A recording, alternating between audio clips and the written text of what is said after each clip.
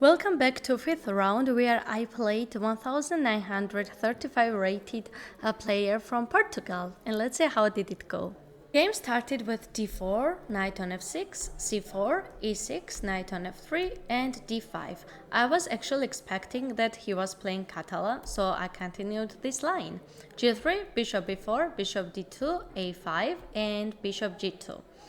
And d takes c4. This is regular continuation of Catalan, one of the main lines, and here I played queen c1.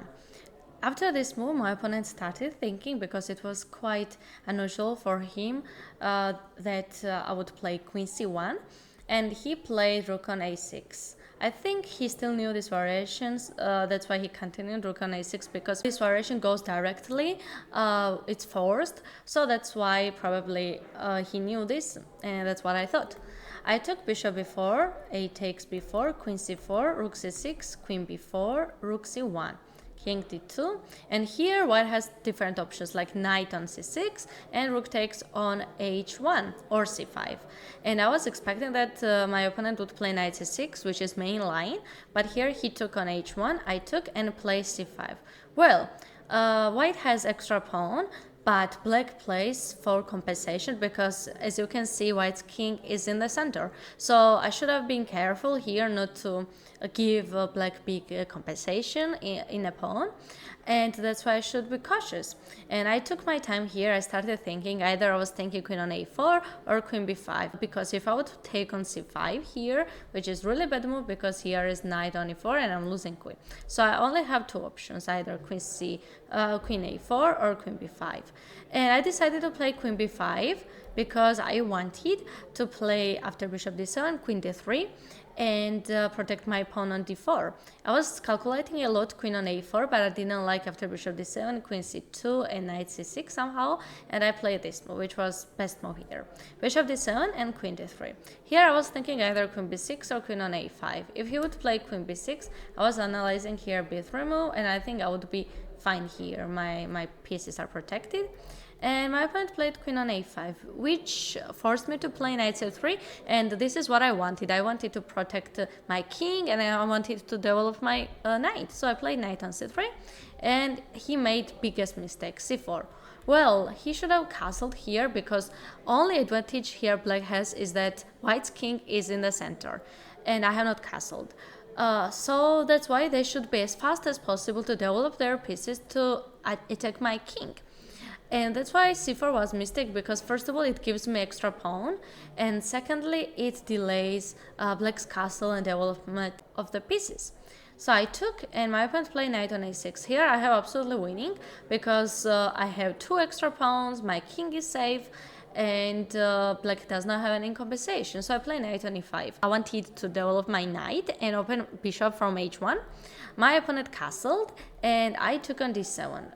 Because I wanted to trade with this bishop, because might become strong bishop, so that's why I just wanted to simply trade.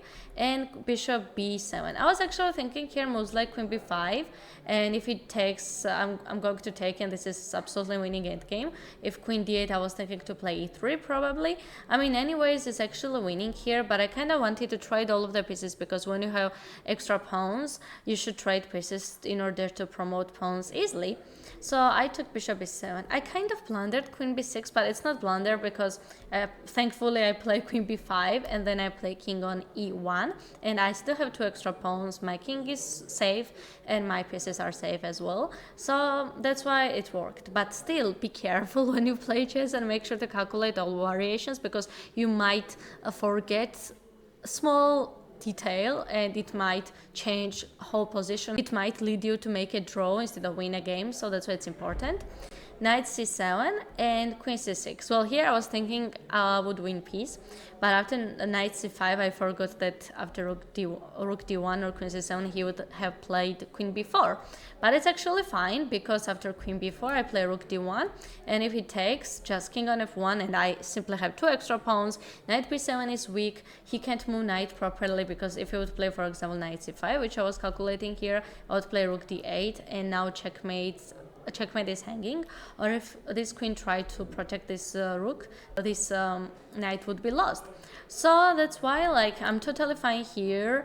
I have 2 extra pawns, and soon I'm going to trade these pieces and promote these pawns. And my opponent played only logical, like, only move here, h6, try to save the king. But I mean, my opponent did not have any proper moves here, and I played king g2 and knight on a5. Well, he does his best to somehow fight in this position, but I just play a3 and trade queens, which is what I wanted, because when you trade pieces, when you have extra pawns or pieces, it's just easier win. And I played before. The idea is not to let knight to come on c5 or a5. I did not want any headaches. I just wanted to win easily because sometimes when I complicated situation, it led me to a draw, and I really didn't want to make this game draw.